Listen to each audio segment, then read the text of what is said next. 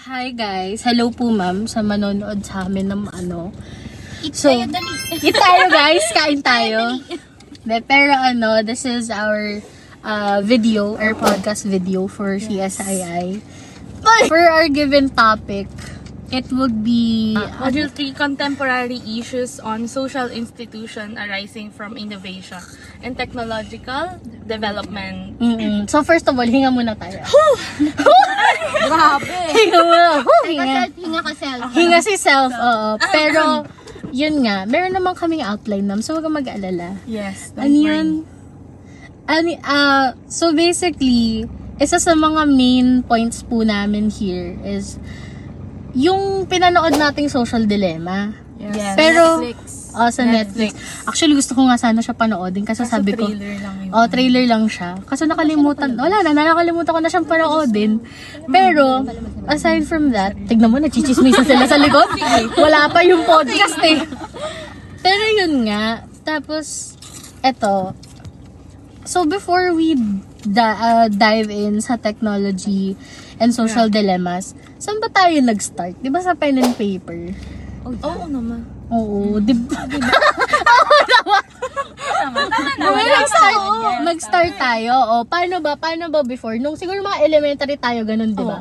Basahan ng sulat kapag may crush ka, gano'n. So, Dati, di ba, gano'n? Sa Manila paper. Ngayon, sa chat ka na lang magpapasa. wala akong ganun. Kasi kami naranasan. Ay, kami naranasan. Sorry. Sorry. Nandun lang tayo sa may Ako po kasi tagapasa ng papel. Ganun ba? Tagapasa ka lang. Pero yun nga. So, ang laki na ng difference ng natin ngayon, no? From elementary, tas ngayong college. Di ba nag-start yung transition natin to technology? Siguro ba lang senior high school din halos? Or grade 10? Nung pandemic. Nung pandemic. Major pandemic na yan. Yun yung pinaka naging turning point ng tech. Nung grade 7, parang tanda ko pa nun. May pa yun eh. May presentation pa yun na Manila paper, tas on the spot. Yung di ba yung isa, yung ambagan nung isa, yung magaling yung sulat. Yun na yung ambag niya. Doon. Yung magde-design din yung border. Tapos wag ka pre, kung mayaman ka, hindi scotch tape ang ipandidikit mo. Masking tape! Ngayon kasi hindi Puro PPT na naman. Puro PPT, Canva, PowerPoint. Ay, yun na nga yun. NSTP? Ay, hindi, no. It counts. Microsoft Teams, MS Teams, pero for communication na siya. Kasi before, yung mo, usually, tawag kasi ng mom ko, yung teka-tek na phone, yung Nokia na phone, keypad. yun yung, may keypad. Yung gano'n, yung parang, di ba yung, 2210.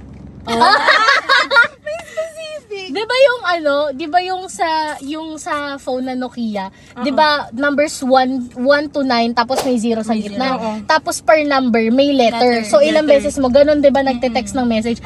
Dito sa atin ngayon legit Ganun na lang kaya sobrang bilis. tas hindi pa, may iilan yung voice. Di ba? May ganun na kasi Pag yung chismis, pag mainit-init pa, kailangan ako ibo-voice medyo para with sound effects. Damang-dama mo. Yung emotions.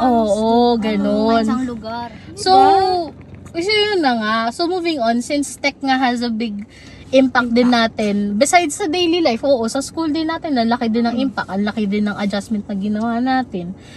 Ano pa ba? Like, di ba ang dami ding opportunities nangyari nung nag-rise na yung tech natin? Like, ano ba ulit yung mga opportunities in terms of technology sa Ayun nga. Grabe nung pandemic, 'di ba? Syempre, may mga nawala ng trabaho, pero nagsumikap ulit sila kasi dahil sa technology nag-online selling, doon na sila nag-start from scratch ulit sila. So, yung doon na uso yung Shopee, Lazada. Ayoko kasi before hindi tayo di ba? Mababa pa yung rate ng mga live TikTok. selling. Oy, pero ang mura, di ba ang mura-mura nun dati before? Tama ba? Mas mahal. Mas mahal sa Shopee before, nung before nag-start yung pandemic. kung masyadong Hindi pa na, pero oo. Pero yun nga. So, aside from that, Aside doon, yung education nga din, syempre 'di ba nung pandemic. So meron tayong binigyan tayo ng time para mag-adjust dun sa online class, online class setup.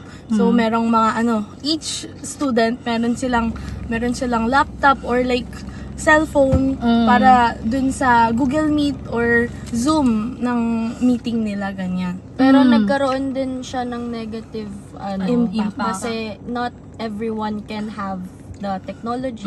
Yun nga. Tsaka may mga pero yung mga tao naman na may technology pero hindi marunong sa technology, kailangan nilang matuto ulit. Ay, alam mo, reminds me nung time, yung grade 10 ata kami. Kasi nag-start na kami mag-online classes. Tapos meron kasi akong mga teacher na kaya namang sumabay dun sa technological advances natin ngayon. Pero meron akong isang teacher, may she rest in peace. Sorry po. Kasi hindi kasi siya masyadong makasabay. So, yung ginagawa kasi ng teacher ko na yun, wala siyang PPT actually. Siya, parang, meron kasi kami module. Sige na, tumawa na kayo. Bakit yung naninigilan? Meron kasi kaming module. Tapos, sasabihin lang ni ma'am, go to page ganto. Tapos, ito yung i-review nyo, ganyan. Tapos, magle-lecture siya sa screen. Pero kasi, minsan nagkakaproblema din siya. Minsan either signal, internet, yung microphone. So, hindi ganun ka-smooth yung classes namin lagi. So, yun yung example ng mga certain people na nahirapan mag-adjust. Lalo na mga or mga people in the education industry. Kasi, lalo na yung mga teachers, students, yung students, yung students medyo may konting advancement na din. Kasi generation na natin tayo uprise na sa Pero although, actually, nung pumasok na ako ng FEU, nag-college na tayo, nanibago nga ako kasi Canva yung gamit natin. Gamit namin Google Classroom eh. Ayan, Google Classroom. Tapos on special occasions, naka-Zoom class kami. Pero ang hirap kasi mag-Zoom. Parang ang isa-schedule mo kasi siya, tapos may time limit na lang siya, di ba? Pati yung Google Meet. Oo, di ba parang 1 hour? 30 minutes halos eh. Parang ganun. Tapos pag hindi kasi DepEd account yung ginamit mo or any other school account ganun, may bayad. May time. So, yun nga, natutuwa naman ako na Canvas yung ginagamit natin. Tapos, natuwa din ako na gumagamit tayo ng Microsoft Teams. Kasi, for me, even though gumagamit tayo ng Messenger for groupings, pero yung mga classes related na chats, nandun na sa Teams. Professional, Professional. Very, Instead of Messenger. very professional feels din kasi. Tsaka, hindi lang din namin kasi siya para sa atin. Para din kasi sila sa mga teacher. Nag-benefit din. Kasi, may personal life din kasi yung mga teacher. So, syempre gusto nila ihiwalay yun sa nila, sa work nila. Nanunuyo na yung lalamunan ko. Uminom ka mo. Ako din. Kain tayo, guys. Alam mo lang, na tayo sa time. Oo, nasa 8 minutes na tayo. Tinignan ko, bakit parang 5 minutes na wala pa tayo sa, yun na yung topic talaga. sorry po ma'am. Sorry po to, kami po yung mangangain ng oras. Yes. Pero worth it naman po kasi yung podcast namin. Yes. May laman. Mataas din kayo. May content. Kaya highly suggested, na kumain po kayo habang nanonood. Kasi kumakain po kasi kami. The real podcast talaga siya. Yes, Opo. podcast. May isa pa ba ang pagkain dyan? May chocolate ako, gusto mo? Dami pa pala pagkain. Marami pa. Hindi. So ito, may na-mention dito sa outline natin. Technology and healthcare. So, nakalagay dito. Ano yan? Healthcare services. Yes, yung technology has transformed healthcare with new medical equipment, paracetamol products, and ways to interact with patients. Ay, yung ganun. Kasi, nauso na yung yung online meeting ng with clients. Kasi ganun yung lola ko. Ganun si lola. May times dati na na parang Zoom call ata yun. Tapos nagte-therapy dati si lola, physical therapy. Tapos ginawa, Zoom call din kasi yun. So actually, natuwa din kami doon kasi hindi niya na kailangan mag-travel. Kasi online-based na yung... Oo. Tapos kung may kailangan man siyang gawin for therapy nung time na yun, tatayo-tayo kasi siya ganun eh. Tapos yung mga gamit na actually wala naman masyado sa gamit. So, hindi naman masyado in demand ng mga products ganun. Pero nakakatuwa kasi more accessible din siya for other people. Kasi nga, ang dali na no, kasi Ayun, click na katulad ng ganun. mga therapy sa ano na lang sila. Oo, Sa sa- kapag di po makapunta. Mga psychiatrist, Oo. meron na silang like, Oo. meeting. Kung din yung ganyan. mga ganyan nung pandemic. Oo. Talaga. Kasi naapektuhan yung mental health ng taong like nandun sa situation na ano, na hinaharap nila yung pandemic. Kaya nga sabi nila, totoo bang nagkaroon ng negative impact ang pandemic or meron namang dinulot na maganda? Kung ito naman yung madadatnan natin ng technology nga, yun, umusbong lalo. Kung ako tatanungin mo, it's both. Kasi, Oo. kasi ano eh, with the loss na naranas natin from COVID, whether it's not someone close to us, pero ang dami din kasing nawalan, namatay. Pero, with that being said, meron ding, like you said nga, may umusbong nga din, which is yung technology. Pero, ang for me, sad part lang kasi doon, kailangan pa tayo abutin ng ng COVID. Kailangan pa tayo abutan ng pandemic bago natin i-utilize yung technology. Talaga. Kasi, ewan ko napapaisip din ako kasi sa ibang bansa, iba pa kasi yung technological advancements nila sa advancements sa natin. Philippines, Kasi, magkaiba sa aminin natin, third world country tayo eh. Pero, hopefully naman, mabago din yung state na yun, sooner or later. Kasi, hindi naman kailangan totally techy yung country natin. Pero, in a sense na, mas maganda if mas accessible yung mga, besides healthcare, para mga institutions, mga needs. Oo, mas maganda if mas accessible sila for the masses. Kasi, oh my God, mapupunta tayo sa usapang privilege. Ang habang talk po niyan. So, i-pause na lang natin yung topic na yan. Pero, aside from that nga, meron pa dito. Advancement in mass media, tech, and pop music genre. Umuso dito yung mga ang daming mga nakikita nating online singers from TikTok, Doon ganyan. na rin sila sumisiga. Doon, Wala lang, ang dami na. Sa TikTok, Bihira ng platform. mga audition ngayon. Sa doon na nila kukunin. Sa videos, Oo. TikTok. Pag sikat ka, diretso kuha ka ng management. Oo, meron ka ng company. Kung matalino ka na, if you're smart enough to actually invest in a management company. Kasi iba inisip nila, kaya nila gawin mag-isa. Although, it is partially true. Pero sometimes kasi, kung one-man team ka lang, ang hirap. Kailangan may mag-manage din sa Tsaka doon na rin pumapasok yung mga sponsor ng mga brands, ng mga doon na sila, Totoo. kinukuha sila for that. Para mas lalo silang Kaya mas naging accessible sa Katulad mga... ni Rosmar. Ay, hindi po kami nag-aano ng issue dito. Tapos na po yung issue na yan. Yes. Opo. Ano lang kasi siya sa TikTok ngayon eh. Hindi, kasi di ba madaming accessible na yung talents or like yung skills ng tao from internet, ganon. Kaya mas nagiging sila, prone to like management nga ng isang Prone to company. corruption, prone to manipulation kung hindi sila maani. Kung hindi na-handle ng maayos yung May mga tawag ng influencer na diba? Iba kasi pag sinabi mong influencer and artist. Magkaiba. Iba. Kasi pag sinabi mo kasing influencer, most of the time, may sponsor ka. Oo. May sponsor ka, wala kang sarili mong Although, I'm not saying it's a bad thing. Pero kasi sometimes, ewan ko lang, napansin ko lang din. wala nagmamanage sa kanila na kung anong dapat nilang ipakita. Oo. Sila lang.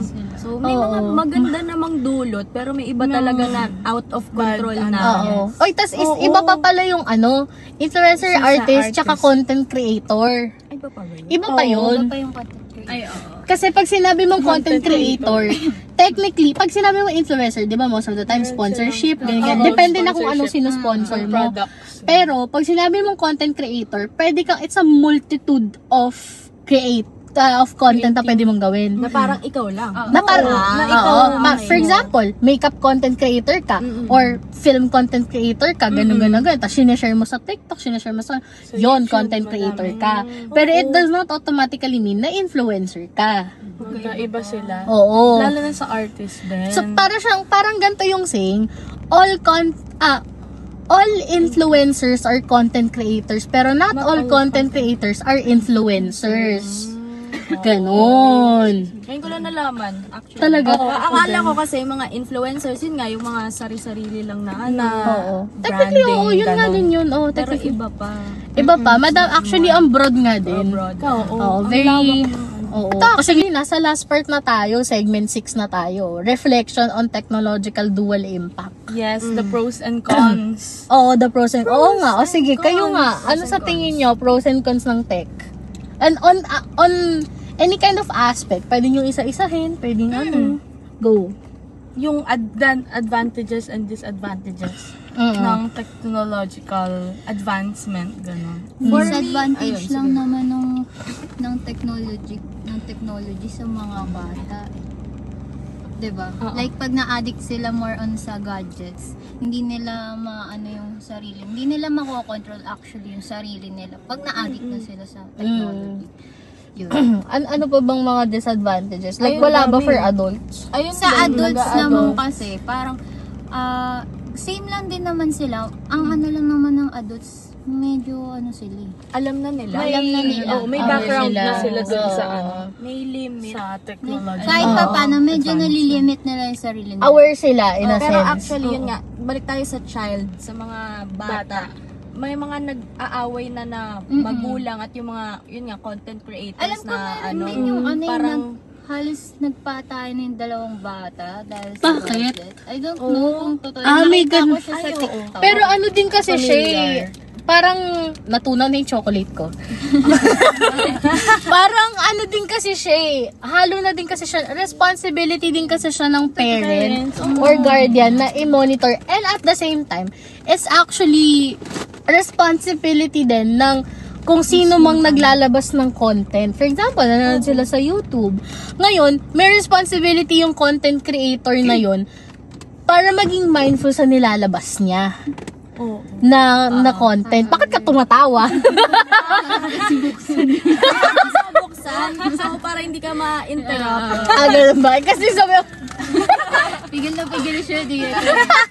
Ayan, pwede mo na so basically, so yun nga, dapat mindful din sila sa nilalabas nilang content.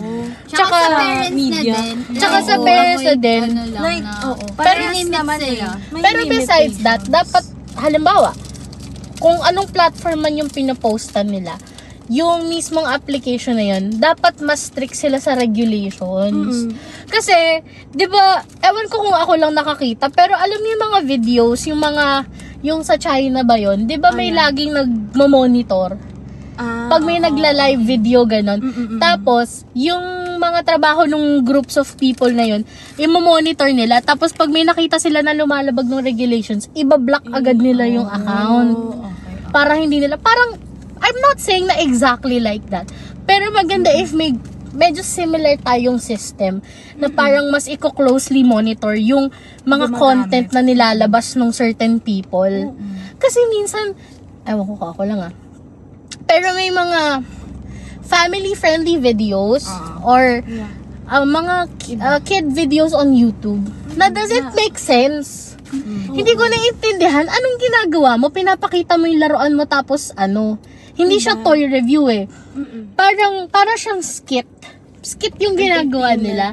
Oo, pero yung skit niya kasi, I don't know if it's just me, nakaka-overstimulate ng bata. Kaya doon napupunta tayo sa part na nag-hyperfocus yung bata doon sa gadget. Kaya ang hirap din yun para sa education nila. Kaya in our sa side ng father ko, yung pinsan ko kasi, super niya, young siya, na mga 6 years old, ganyan. So, yung ginagawa ng tita ko, meron siyang parang time limit dun sa bata talaga. Na parang, yung screen Time mo. Screen time mo is mga, lang, 4 to 5 minutes, ganyan. Then, pahinga ka na. Kasi malaki talaga yung epekto niya mismo sa bata. Kasi nakikita Tsaka ko. eye strain, babe. Oo, masama talaga siya sa health din. Nung Health in general. Pero ako lang ba, opinion ko sa akin, responsible ng parents, hindi ng mga naglalabas ng videos yung napapanood ng bata. Kasi Sa nasa bagay. kanila eh. Merong part. Oo. Pero hindi rin. May mga warning. Totoo, diba? totoo. Pero besides that part din, although accessible din kasi YouTube Kids, di ba? May ganun May din. ganun, oo. Pero kasi isipin nyo, may mga kids din kasi na marunong mag-outsmart. Like, matalino din naman sila. So, ginagawa nila, they're gonna download YouTube. Oo. They're gonna make another account. Tapos, yung Actually, ganun. I have a nephew, pero matalino na rin siya. 4 na ata siya ngayon or 3. Tapos, nagda-download na siya ng mga games. Alam niya yung kung paano mag-work ng phone. Tapos, ang ginagawa naman ng ano ko, nung girlfriend ng kuya ko, ang tawag na to? Minomonitor niya. Kung ano yung mga So, parang for me talaga, opinion ko, nasa yun, parents, nasa guardian. Or Siguro, aside from that, ewan ko, this is like one of the possible options na pwede nilang gawin. Kasi, I don't know if, sa Japan ko kasi ito nakita eh. Hindi ako pumunta ng Japan Nakita ko lang siya sa news na galing siya ng Japan. Pero may mga kiddie phones. Basically, parang siyang regular phone na ganito. Pero yung laman ng phone, limited lang. Wala ka lang pwedeng i-download. So, built-in na siya. So, pwedeng may YouTube Kids or something na pambata. Besides doon, may phone, may pang text message, may pang yung pang emergency contact. Yun, may ganun. Yun yung isa. Pero kung wala naman tayong ganun or hindi naman makakagawa ng ganong klaseng device for kids, then, kung ako tatanong, alam mo, nagulat nga kasi, kailan ba ako nagkaroon ng Kasi tablet ako nag-start eh. Pero monitor din. Like, parang may time, may araw lang. Actually, may araw lang ako pwedeng mag-tablet. Tapos, nung time kasi na yun, may cable eh. Yun yung isa pa, may cable kasi nung time na yun. So, hindi ako masyado namamroblema. Tsaka naglalaro ako sa kalsada.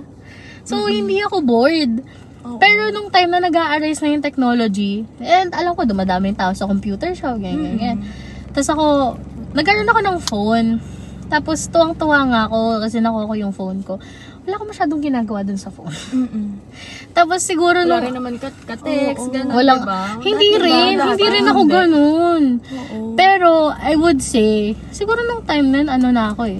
Nagkaroon na ako ng phone, let's say parang mga, like, 4th, 5th grade, gano'n, nagka-phone na ako nun. Actually, for me, reasonable sa akin na meron na ako ng either 4th or 5th grade na meron na akong phone. Reasonable na yun for me.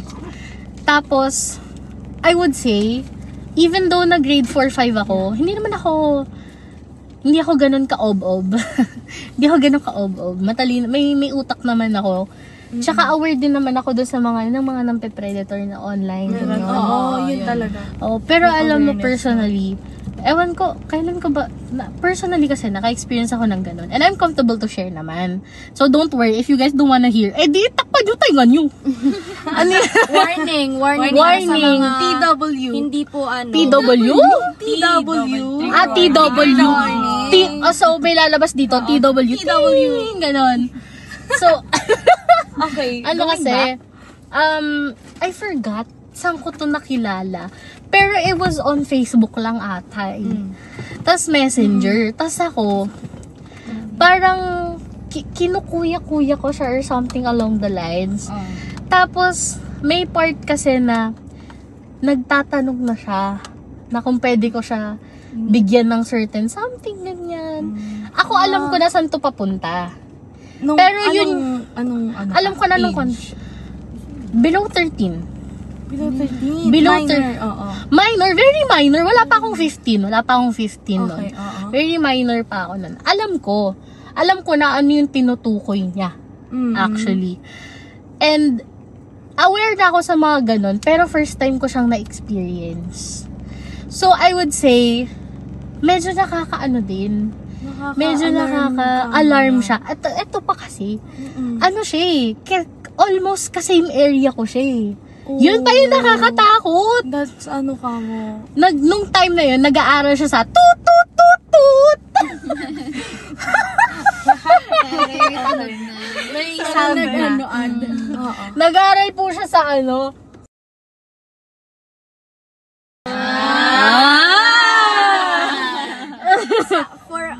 For our ears only Oh, na lang. yes. Opo. Kung marinig man to sa video, paki-mute na lang. Pero doon siya nakatira. Alam niyo naman saan ako nakatira eh. So relatively near siya. Malapit. So nakaka-alarm. Although hindi ko naman sinasabi saan ako nakatira eh. Pero nakaka-alarm. Tapos syempre, siguro ako as a kid, syempre may konting stupidity moments din ako. So syempre, kinausap ko din. Pero nung ginawa niya na yun, hindi ko na siya mini-message. Tinigilan ko na. lang. Oo. Blinak ko yun eh. Talaga, oo. Blinak ko yun. Hindi ko siya yun ano. So, takot siya kasi baka malay mo, alam niya pala yung itsura Diba? mo, Oo. tapos Feeling ko alam niya nga kasi open naman yung Facebook ko nun eh. Ang dangerous din niya at the same time kasi nasa same kayo region. Nandun kayo sa same place, place. area. So, Oh. malaki yung chance na makikita ka niya somewhere that or like Kaya I would say na kung na-experience ko yon at that age, at that year, hindi pa pandemic, paano pa ngayon? Paano pa ngayon na mas advanced? Kasi 'di ba may mga voice changing apps. AI. Oo, may AI. Artificial So, intelligence. it's possible na gamitin nila yung technology na yon for the wrong reasons. So, as much as it gives us a lot of technological advancement and pros, advantages. madami ding cons. Kung mali yung iniisip mong intentions. Yan. So, I would say, malaking opportunity siya for, I'd say, like, teenagers, young adults, and so on. Yeah. Pero it's a bit dangerous for younger ones. Para pag wala silang guide talaga, maayos na guide. Oo. Mapupunta talaga sila sa Iba talaga. To add lang din, kasi di ba meron ng cases ngayon na na parang nagbebenta yung ibang tao ng infants. Meron na yun napanood ko siya sa TV Patrol, na parang, di ba, due to technological advancement, pwede na silang, like, Human trafficking? Hindi eh. Parang kakasilang pa lang nung baby. Parang nabibenta na nila in that specific digital platform. Parang Facebook siya. Pero nahuli naman yung yung Buti nagbenta. naman. Pero ayun nga, parang tumaas yung rate ng mga taong nabibiktima. Like, especially younger Hanggang ngayon ones ba, may na. ganun pa rin? Oo, alam ko meron. Feeling ko hindi talaga tumitigil yung mga ganong klaseng like, Nagiging mas magaling lang silang magtago. Oo. Like, hindi lang kunyari, hindi lang sa... iba't ibang platforms like Facebook, Tsaka with the use of Instagram. technology rin naman talaga, masasabi natin na kahit naman mahuli sila, may at some point pa rin, meron talagang mas malala pa, mas grabehan pa yung Oo, iba talaga. nangyayari. Which is Yes. very alarming din. Totoo. Kasi sobrang... Hello. Kunyari, like, baby ka. Hello! It's me! Like, imagine mo if you're the mother of that child. Ganon. Tapos, nalaman mong binenta na pala in some online sites yung anak mo. Siyempre, it's very, alarming nga. Oo. So basically, we can all conclude naman, and we all somewhat agree na the technological advances we have right now is both impactful on a negative and a positive side. Oo. And actually, ayan na, 29 minutes na tayo. 30 minutes na Oo, yan? 30 minutes na. Ma'am, gusto niyo ba ng part 1, part 2? Oh my gosh. So, ayun nga, to conclude, ang social media kasi very chaos pagka walang Mag-monitor. yun Walang nga, nag-handle. Tsaka walang nasa sayo naman yan. disiplina ng paggamit. So, Totoo. ayun nga, chaos ang being aware kadalasan of natin. Ikaw naman din ang mapapahama kung paano mo gagamitin yung social. Oo. Nasa yung sa'yo na taong- yun kung ano. Ano ka pa? So siguro as much as possible, since consumers din naman tayo ng mga technological advancement na to, let's be responsible. As an individual. Technological etiquette. Yes. Social media etiquette yun. Be mindful. So, let's just spread. So, parang tayo, yun nga, may mga alam na, let's spread yung information kung paano gumamit, kung paano to. Yun. Katulad ng mga parents natin, anak, paano ba to? Pero not in a way na it's very condescending and parang inuutusan mo. Do it in a way na it encourages them to parang to use it. explore sila. Oo, ganon. Kasi pansin ko, yung minsan, yung ibang parents, ginagawa nila, parang tinatakot nila yung anak nila eh. Na, delikado yung ganito, ganyan, yung sa ganyan. So, nangyayari, dahil takot yung anak, sinabihan ng magulang, hindi niya gagawin. Ang problema, it's also as dangerous as you not knowing the dangerous yung social media. Compared to you knowing na dangerous din siya. Kasi ang mangyayari, alam mo nga, pero at the same time, pag napunta ka sa sitwasyon na yun, iba pa rin. Hindi mo alam yun. Hindi naman minsan sa hindi mo alam, pero minsan may moment ka talaga na parang, hala, mag-freeze ka, hindi mo alam ang gagawin mo. You're stuck in a bind, wala kang masabihan. Iba siya, pag na-experience mo na siya versus sa napag-aralan mo, napakinggan mo, it's vastly different. Kaya, it's best na we encourage them to explore with caution. Oo. And with, din naman, like limit din. Oo, yun. Disiplina. We put limitations. And then parang, alam mo yun, i-explain na lang natin sa kanila, kasi ganito. Ganito muna yung hanggang dito ka lang magsa-search. Kasi ganito, kasi bata ka pa. Malalaman mo din naman siya paglaki mo. Ganun. Hindi lang develop pa yung mind sa mga ganong bagay. Oo, hindi pa, technically, hindi pa develop yung utak namin completely. Pero, hindi pa kasi kaya ng utak ng isang bata yung kung ano yung nasa utak natin ngayon.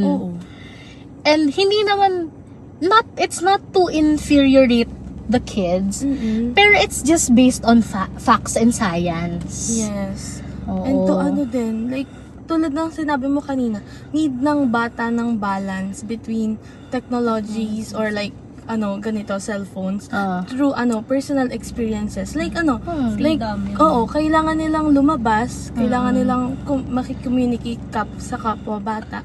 To to balance nga. Oo. Kailangan nila both, mag-explore din. nila. Para, yun nga, malaman din na Tama. kung anong tama at mali.